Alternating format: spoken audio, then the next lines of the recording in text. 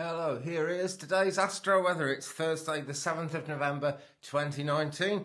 We have got a Pisces Moon. That has been the case for the last couple of days. Increased emotions, that kind of thing. But it's been a good time for people coming together. I mean, it's always that, but I've particularly noticed that strongly this time around. Other than that, there's not a great deal to say because not too much has changed. Apogee happened at 8:35 a.m. GMT. That is when the moon is as far away from the Earth as she ever gets. So the lunar influence is kind of down a bit, but she is waxing, she is growing. She's 77.1% full at this moment as I speak.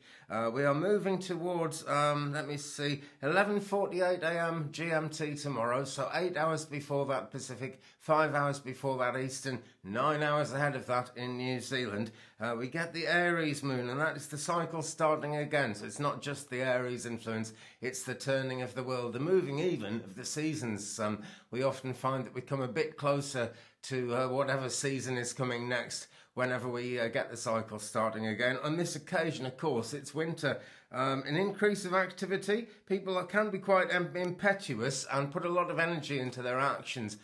People can also become kind of overly critical of others. Basically, we get the Aries influence happening to absolutely everybody. You don't have to be an Aries for this to apply to you. It's just the way that it's going. But that's not until tomorrow. And then as we go through the weekend, I can't actually see what's happening because the chart keeps blocking it. There we go. Not much to say about Saturday, but on Sunday the 10th we get a Taurus moon and quite a long void, of course, before that Taurus moon comes in as well. Now then, yesterday I mentioned that on Monday the 11th, which is Veterans Day in the States and Canada, there's going to be a transit of Mercury across the face of the sun, and I rather foolishly said you'd be able to see that with the naked eye. Well, do not look at the sun, friends. I just got it mixed up with the moon for a moment. It's the way I think it really is.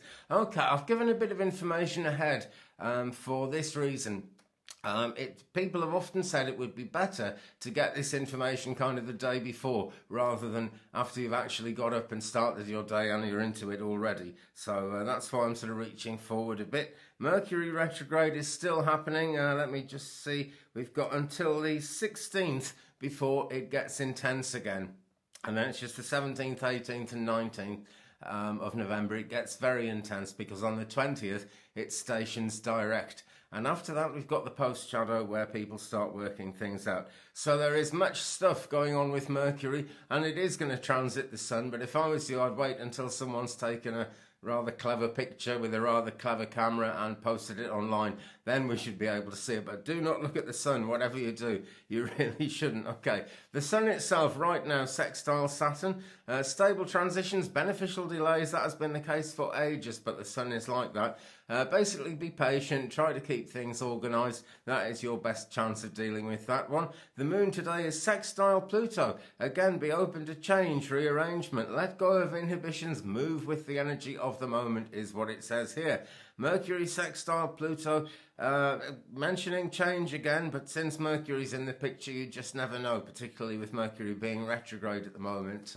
Mercury is regarded as the messenger of the gods, has been since Roman times, and this is actually, it's not just a wild story. It's people have noticed that kind of they have better spiritual communication around Mercury, and actually not always the best communication between individual people, and things really can go a little bit crazy, a little bit awry, shall we say. There's a word to conjure with. Venus is square Neptune. Strange feelings, strange emotions, people resigning, people feeling defeated, that kind of thing. Keep it real is the advice there. And Mars sextile Jupiter. Great time to be outdoors, actually, and really good for getting things done. So that is the positive side of all this change and rearrangement and stuff like that. But basically, a Pisces moon seems to be the ruling influence of the moment, that and Mercury retrograde.